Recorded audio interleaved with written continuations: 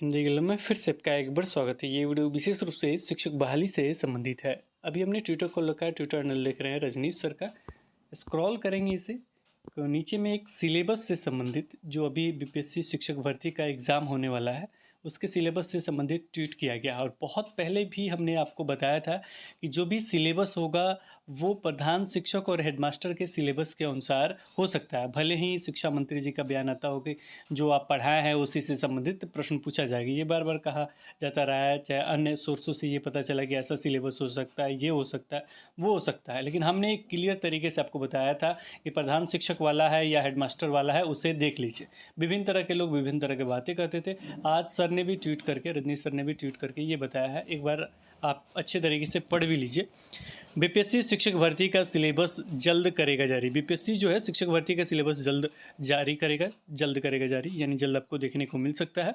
प्रधान शिक्षक और हेडमास्टर के सिलेबस से मिलता जुलता होगा सिलेबस, यानी जो भी आपने प्रधान शिक्षक का या हेडमास्टर का जो सिलेबस आपने देखा होगा उसी से मिलता जुलता सिलेबस होगा। सिलेबस में सिर्फ थोड़े बहुत तो होंगे बदलाव, थोड़ा सा बदलाव देखने को मिल सकता है। अभ्यर्थी प्रधान शिक्षक और हेडमास्टर के सिलेबस के आधार पर तब तक शुरू कर दे तैयारी, यानी आप अपना तैयारी शुरू कर दें जो भी प्रधान शिक्षक और मास्टर का सिलेबस है उसी के आधार पे। तो एक चीज़ तो एक ब्रीफ थोड़ा सा हम बता दें कि प्रधान शिक्षक और हेडमास्टर का जो सिलेबस है वो क्या है, या हेडमास्टर का जो प्रश्न अभी तक पूछा गया है वो क्या है। इसके लिए हमने पूरा क्वेश्चन आंसर भी एक वेबसाइट पे डाल दिया है। उसका एक क्वेश्चन थोड़ा सा उसका आंसर चेंज है, नहीं होगा तो थोड़ी देर में हम अपडेट कर देंगे। वो आपका पेडागोजी सेक्शन का। सबसे पहले हम सिलेबस समझ लेते हैं, फिर एक एक स्टेप आगे बढ़ेंगे, क्योंकि ये वीडियो आप देख रहे हैं कि थोड़ा सा फ़ायदा भी हो जाए आपको। तो ये प्रधान शिक्षक और मास्टर का सिलेबस क्या है कि इसे दो पार्ट में बांटा गया। पहला जो पार्ट है वो आपका पूरा पार्ट मतलब हिस्ट्री के बारे में, ज़्यादा क्वेश्चन आपके हिस्ट्री से यानी इतिहास से संबंधित क्वेश्चन है। इतिहास में कांग्रेस से संबंधित 3-4 क्वेश्चन है, और कांग्रेस से भी संबंधित है कुछ छोटा मोटा क्वेश्चन नहीं, थोड़ा सा घुमा के, कुछ सीधे क्वेश्चन है, कुछ घुमा के क्वेश्चन है। कुछ तो ऐसा पूछा गया कि जो कांग्रेस का जो महिला जो अध्यक्ष हैं वो कौन है। पहली एक तरह से पूछा जाए, पहली पूछा गया है ये। और ये इस बार पूछा जा सकता है कि भारतीय कौन है पहली, तो ये तो दोनों बता सकते हैं आप। तो ये क्वेश्चन था, और इसी के संदर्भ में एक दो क्वेश्चन थे। को कांग्रेस से 2-3 क्वेश्चन थे। उसके बाद गांधी जी से संबंधित क्वेश्चन थे। तो देखा जाए तो एक थोड़ा डीपली नॉलेज चाहिए आपको, इतिहास पे अच्छा खासा पकड़ चाहिए, खास करके बिहार के संदर्भ में। अब बिहार के संदर्भ में ये भी चाहिए कि जो भी आंदोलन हुए उसके बारे में भी आपको अच्छा खासा पकड़ होना चाहिए। तो दो चीज़ें हुआ कि बिहार के संदर्भ में आपको देखना ही होगा। करंट से भी संबंधित क्वेश्चन थे, को करंट के बारे में भी आपको पढ़ना होगा। 111वां बिहार दिवस मनाया गया, उसका मतलब क्या क्या है ये तो बहुत पहले भी हमने बताया कि ये सारी चीज़ आपको नॉलेज में होना चाहिए।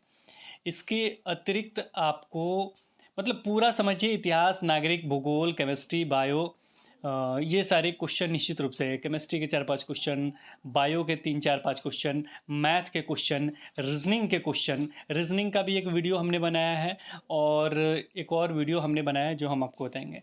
रीजनिंग का एक वीडियो मतलब घड़ी वाला जो हमने वीडियो बनाया है उसे ज़रूर देख लीजिएगा। वहाँ से निश्चित रूप से प्रश्न रह सकते हैं, मतलब उस पैटर्न पे होगा तो निश्चित रूप से रहने चाहिए। तो घड़ी वाला एक टॉपिक ही हमने उस वीडियो में समाप्त कर दिया। बाकी सब रीजनिंग के वीडियो पहले वाला भी देखेंगे तो बहुत हेल्पफुल होगा। रीजनिंग में कुछ होता नहीं, बस उसको देख लीजिएगा तो बहुत सारे चीज़ क्लियर हो जाएंगे जो एस्टेट में हमने पढ़ा है। तो रीजनिंग यहाँ से आप कंप्लीट कर सकते हैं। एक त्रिभुज वाले के बारे में भी हमने बताया कि त्रिभुज पे हो सकता है आगे हम एक वीडियो लेके चले आएंगे। तो ये हो गया आपका एक सेक्शन, जिसमें आपका साइंस भी रहेगा, इतिहास, नागरिक, भूगोल भी रहेगा, मतलब पूरा चीज़ रहेगा एक तरह से देखा जाए तो। सेकंड सेक्शन आपका रहेगा जो भी आपका शिक्षा शास्त्र है, जो भी आपने डीएलएड किया है वहाँ से प्रश्न निश्चित रूप से रहेंगे। वहाँ से प्रश्न कुछ आसान हो सकते हैं।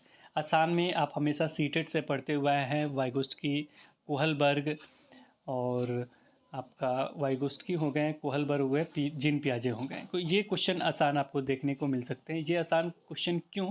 क्योंकि सीटेट में आपने इसे अच्छे तरीके से पढ़ा है, तो वहाँ से क्वेश्चन रहेंगे तो वो आराम से डील कर सकते हैं। याद रखिएगा रचनावादी कौन कौन है, तो ये याद भी होना चाहिए। पिछली बार का क्वेश्चन में पियाजे और इनका नाम आता है, दोनों लोगों का, वाइगोस्की का। इसके अतिरिक्त देखा जाए कि और क्या क्वेश्चन बनेंगे, तो ये पूरा लिखा गया है। एक और वीडियो हमने बनाया था आरटीई 2009 पे, वो वीडियो ज़रूर देख लीजिएगा। वहाँ से क्वेश्चन निश्चित रूप से पूछे गए थे और इस बार भी वही पूरा पाठ्यक्रम रहने की बात हो रहा है कि वहाँ से क्वेश्चन पूछे जाएंगे, तो वो भी हमने एक वीडियो बनाया था। और इसमें जो वाद हैं, जितने वाद हैं, जैसे मैं आपका एक वाद हो जाता है कि आदर्शवाद हो गया, ये सारा आपको नॉलेज में होना। प्रकृतिवाद हो गया, आदर्शवाद हो गया। प्रकृतिवाद में कैसे कौन कौन मतलब मनोवैज्ञानिक थे, उसमें क्या मूल धारणा थी, ये सारी चीज़ आपको पता होना चाहिए। एक था कि द्वंद्व शायद प्रकृतिवादी है, इसी का आंसर जो होगा दूसरा होगा, ऑप्शन नंबर 2। अगर वेबसाइट पे बना रहे होंगे, थोड़ी देर में हम नहीं होता है को इसे अपडेट कर देंगे।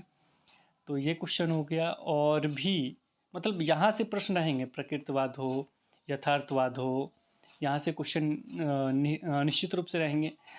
ये भी रहेगा कि मान लीजिए प्रयोजनवाद नाम है, उसका कोई अन्य नाम भी हो सकता है, कि उसको दिया जा सकता है, प्रयोजनवाद नहीं दिया जा सकता है।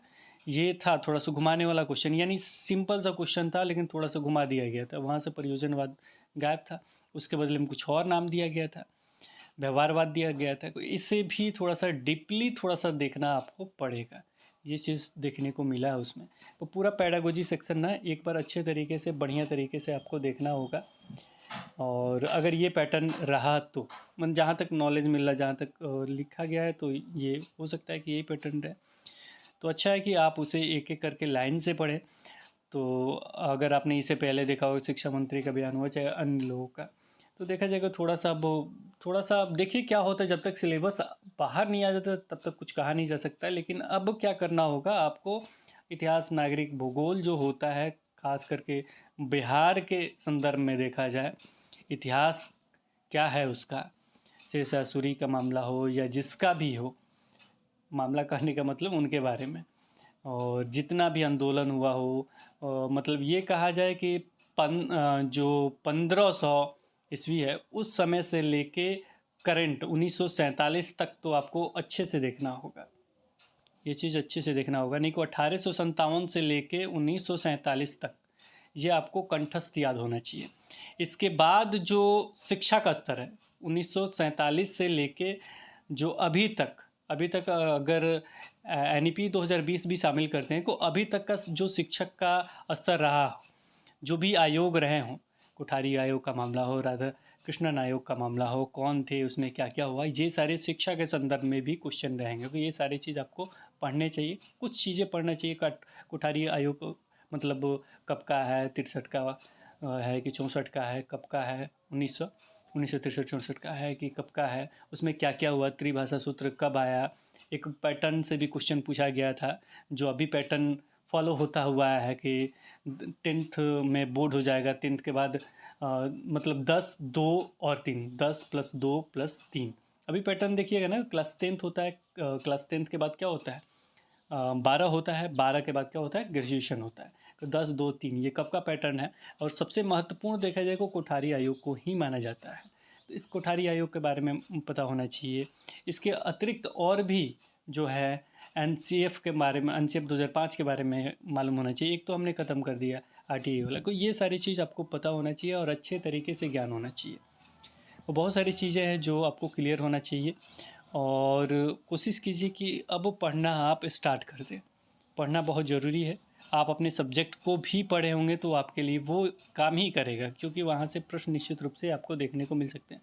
वो साइंस का मामला हो या आर्ट्स का मामला हो। साइंस में भी आसान से क्वेश्चन, 10th लेवल के क्वेश्चन प्रधानाध्यापक में हमने देखे थे कि 10th और 11th नहीं, 10th तक के क्वेश्चन थे।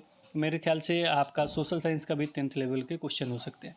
नहीं तो जो जनरल कंपटीशन की जो तैयारी कराया जाता है वो संदर्भ में देख लीजिएगा तो अच्छा होगा। नहीं को क्राउन पब्लिकेशन वगैरह चाहे अन्य पब्लिकेशन की अगर आप फॉलो करते हैं जो बिहार के संदर्भ में है तो बहुत अच्छा होगा। और दृष्टि वगैरह या अन्य का जो करंट में जो चलता है बुक, उसे देख लेंगे तो फिर से मैं बता रहा हूँ कि ये रहा तो इसे देखेंगे तो निश्चित रूप से बहुत अच्छा आपका हो सकता है जो करंट होता है वहाँ से। यहाँ पे आपको चुनाव का वही मामला देखना होगा, चुनाव में क्या प्रतिशत रहा है, क्या नहीं रहा। और मतलब पिछला वाला भी, यानी 2020 का, 19 का, 20 का, और इसके अतिरिक्त, चुनाव के अतिरिक्त बहुत सारे टॉपिक है जो अभी मुझे करंट में उतना याद नहीं आ रहा, जो अभी करंट में क्या हो रहा है। एक हमने ट्वीट भी एक करंट से डाला था कि अभी जो होंगे वो भारतीय मूल के हैं, विश्व बैंक वाला अपडेट आपने शायद पढ़ा भी होगा। तो ये सारे अपडेट आपको देखने पड़ेंगे।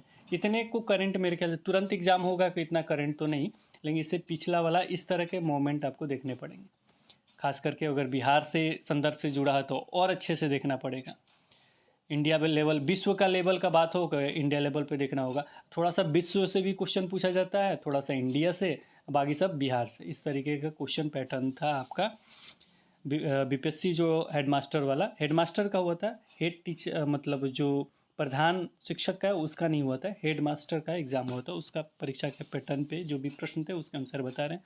उसका लिंक भी हम डिस्क्रिप्शन बॉक्स में दे दे रहे हैं, उसे एक बार देख लीजिएगा। तो फिलहाल इस वीडियो में इतना ही, फिर मिलते हैं एक नई वीडियो के साथ। तब तक आप अपने तैयारी करते रहे, तब तक के लिए बाय बाय।